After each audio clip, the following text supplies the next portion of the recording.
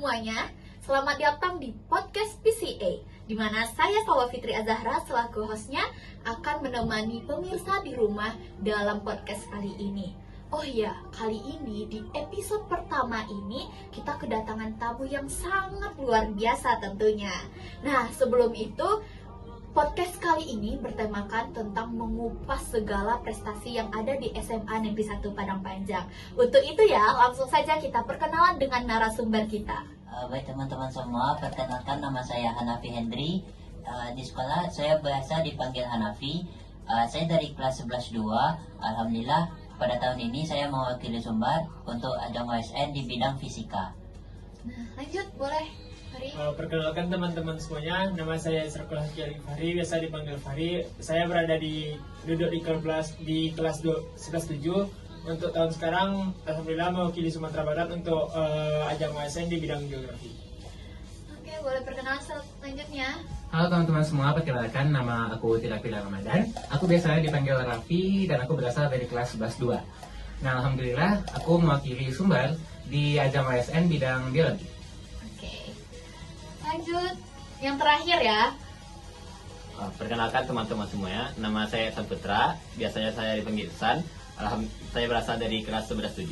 Alhamdulillah tahun ini saya terpilih untuk mewakili Sumbar di bidang OSN Kimia. Wow, Masya Allah ya Sobat Biru semua. Ternyata SMA Negeri 1 Padang Panjang ada 4 perwakilan mewakili Sumatera Barat dalam bidang OSN. Ada bidang fisika, geografi, biologi, dan kimia. Nah, setelah perkenalan tadi, kita langsung saja ya bertanya kepada narasumber kita yang sangat luar biasa ini. Langsung aja kepada teman-teman semua, untuk Olimpiade ini, apa sih motivasi teman-teman semua untuk berkutat dalam hal ini? Kayak kenapa tertarik sama Olimpiade? Boleh dulu dijawab sama Raffi mungkin? Baiklah. Mungkin untuk motivasi aku ngikut OSN ini aku bagi jadi 2 ya. Ada motivasi dari dalam diriku sendiri, sama motivasi dari luar diriku sendiri. Mungkin kalau dari luar ya otomatis utamanya ya motivasi untuk membanggakan kedua orang tua, sama untuk menjunjung tinggi, meningkatkan value nilai keluarga aku gitu. Nah, kalau misalnya dari luar lagi, mungkin dari teman-teman semua atau dari guru-guru SMA Negeri 1 Padang Panjang yang udah memotivasi aku dari kelas 10 untuk ngikut OSN ini gitu. Sebenarnya sih kalau dilihat dari dulu, untuk lomba-lomba yang ngarah ke akademik, aku kurang ngikut gitu. Yeah. Biasanya kan aku ngikut yang non akademik, FLS misalnya. Tapi sekarang karena dimotivasi oleh guru dan beberapa teman aku untuk ngikutin OSN ini, jadi ya aku ngikutin OSN ini. Terus dari motivasi dalam diriku sendiri, mungkin aku ingin ada perubahan di dalam hidupku gitu. Singkatnya gitu, ya. Perubahan dalam hidupku yang mungkin mengarah ke yang lebih baik gitu. Bagi aku sih ini lebih baik daripada nggak ngapa-ngapain gitu. Makanya pengen ikut coba OSN ini untuk mengembangkan diri aku sendiri, termasuk karakter, sikap, sama pola pikir aku gitu untuk masa depan kedepannya. Masya Allah, motivasinya sangat luar biasa ya Sobat Biru. Lanjut lagi kita tanyakan motivasi kepada Fahri, boleh? Apa motivasi Fahri untuk mengikuti Olimpiade ini? Kalau motivasi aku gini ya. Pertama tuh tentu mengikuti OSN ini adalah untuk membanggakan kedua orang tua gitu, membanggakan keluarga, membanggakan diri pribadi, terus membanggakan semansa tentunya gitu, dan Sumatera Barat gitu. Terus gini ya, aku dari dulu tuh dari SD udah ikut OSN ini gitu. Wow. Mulai dari SD ikut IPA, SMP ikut IPS, terus pas kelas 10 SMA ini yang tahun kemarin ya itu ikut juga di bidang geografi itu. Nah, yang disayangkan sama ngikuti OSN tuh aku tuh selalu mentok-mentok di provinsi gitu ya. IPA di SD provinsi, OSN di IPS di SMP provinsi juga. Terus kemarin pas kelas 10 provinsi juga. Jadi kayak aku ingin di last chance-nya kan Ya. udah ke-11 nih, Ya, betul. kesempatan terakhir gitu. Aku inginnya harus nasional gitu, harus Berarti medal gitu. menantang diri Makanya sendiri ya? ingin kayak gimana gitu, kayak ingin membuat perubahan besar dalam hidup gitu. Makanya Oke. mengikuti OSN ini gitu. Oh gitu, bagus ya Dan- motivasinya. Semoga sih dengan mengikuti OSN ini dapat menjadi salah satu cita-cita aku gitu.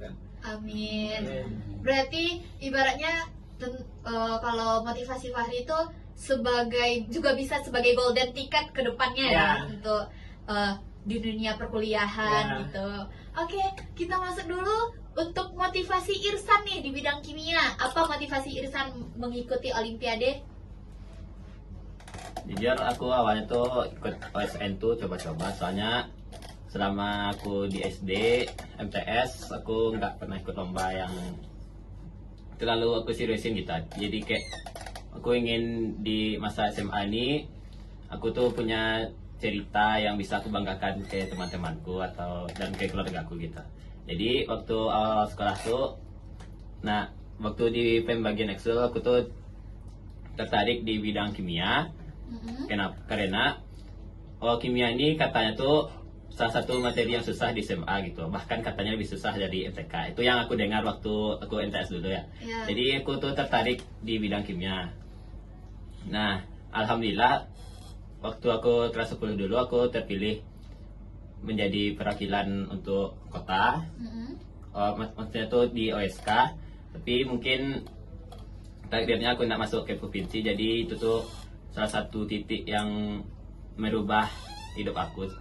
Setelah aku gagal di OSK tuh banyak hal yang terjadi sih. Jadi aku kayak merasa down, soalnya kayak rasanya baru di sama ini aku mau coba sesuatu tapi rasanya kayak susah ngejar gitu. Jadi berkat ya. dukungan orang-orang sekitarku yang nggak pernah berhenti untuk memotivasi aku walau akunya nggak jelas overthinkingnya, alhamdulillah aku bisa sampai nasional. Wow, sangat luar biasa ya. Berarti dari titik terendah kembali lagi memotivasi Irsan untuk mencoba, dan sekarang alhamdulillah sampai ke perwakilan Sumatera Barat di bidang kimia. Lanjut, kita tanya lagi motivasi kepada Hanafi. Apa sih motivasi Hanafi untuk mengikuti Olimpiade ini? Awalnya sih aku Nafi itu untuk Olimpiade ini urusan belakangan. Cuman Nafi yang paling suka tuh materi fisikanya kan. Nafi itu udah suka kali kan Dengan fisika. Dengan fisikanya. Wow, sejatuh cinta apa sih dengan fisika? Kayak itu kalau belajar fisika tuh nggak bosan gitu kan. Kalau belajar yang lain itu kadang-kadang ada bosannya kan, malas. Tapi kalau gitu. fisika ini entah kenapa Nafi itu saking sukanya tapi itu nggak bosan. Jadi untuk kan udah belajar fisika tuh, Nafi ini kan penasaran ada nggak orang lain yang juga suka fisika juga. Makanya Nafi ini ikut OSN, ajang OSN nih, dan tengok para alumni dulu ya yang lulus OSN ini kan. Alhamdulillah lah para alumni itu sukses sekarang kan. Nabi pun tertarik gitu kan. Jadi Nabi itu coba-coba tertarik untuk mencoba ikut OSN nih. Dan di samping itu pula kan ada faktor utamanya, yaitu Nabi itu didukung oleh orang tua yang menyebabkan Nabi itu bertambah semangat gitu mengikuti OSN. Gitu, Masya Allah. Dari awalnya hanya suka jadi luar biasa ya, sekarang sampai perwakilan Sumatera Barat. Alhamdulillah ya. Nah, tadi kan udah nih kita membahas motivasi teman-teman semua untuk mengikuti Olimpiade. Nah, sejauh ini apa aja sih persiapan teman-teman dalam OSN ini untuk melaju ke tingkat nasional perwakilan Sumatera Barat tentunya? Boleh perwakilan dari salah satu teman-teman untuk menceritakan apa aja persiapan yang telah dilakukan? Oke, jadi aku ngewakili teman-teman. Gimana sih persiapan kami setelah tahu kalau kami ini akan menjadi perwakilan Sumatera Barat nih untuk ke OSN nasional. Jadi untuk sekarang nih secara umum kami masih melakukan latihan mandiri secara rutin tiap harinya gitu. Kami mungkin ngasingin kayak 3 sampai 6 jam lah gitu untuk sehari ini untuk misalnya kayak bahas-bahas materi apa aja yang ke nasional, topik-topik terkini yang mungkin yang akan keluar di nasional gitu. Terus latihan soal gitu. Terus insya Allah dalam waktu dekat ini kalau nggak salah kemarin tuh tanggal 7 sampai 13 Juli gitu. Kami akan mengikuti pelatihan gabungan di Sumatera Barat yang akan diikuti oleh seluruh peserta OSN Sumatera Barat yang total jumlahnya itu sekitar 40 orang. Dan mungkin di tahun ajaran baru nanti kami akan mengikuti pelatihan dari lembaga-lembaga tertentu atau komunitas alumni yang dapat membantu kami ke depannya untuk menghadapi nasional ini. Oh, berarti memanfaatkan waktu liburnya maksimalnya ya, Ya, dalam biarlah OSN ini. biarlah kalau kata orang-orang libur kita susah belajar, yang penting nanti kita dapat medal gitu. Berarti Amin, ya Rabbal. bersusah-susah dahulu, bersenang-senang kemudian ya, Fahri ya. Yoi. Nah, dalam persiapan teman-teman semua, ada nih satu pertanyaan. Apa sih peran perpustakaan SMA kita dalam persiapan OSN teman-teman? Oke, baiklah, mungkin aku akan mewakilkan teman-temanku untuk menjawab bagaimana peranan dari perpustakaan SMA Negeri 1 Padang Panjang terhadap persiapan OSN kami. Nah, mungkin aku membaginya dari beberapa poin ya. Ya. Poin pertama tuh tentunya perpustakaan tuh memfasilitasi Ya. kami Heeh. untuk persiapan OSN ini dengan cara, kalau bagi aku ya, bagi aku pribadi, yang pertama tuh menyediakan beberapa buku pelajaran yang menurut aku sih penting gitu untuk persiapan OSN. Ya. Nah, kan bidang aku kan biologi nih. Ya. Di perpustakaan itu memang ada khusus tempat buku-buku olimpiade gitu. Jadi nggak perlu susah-susah nyari kemana aja gitu.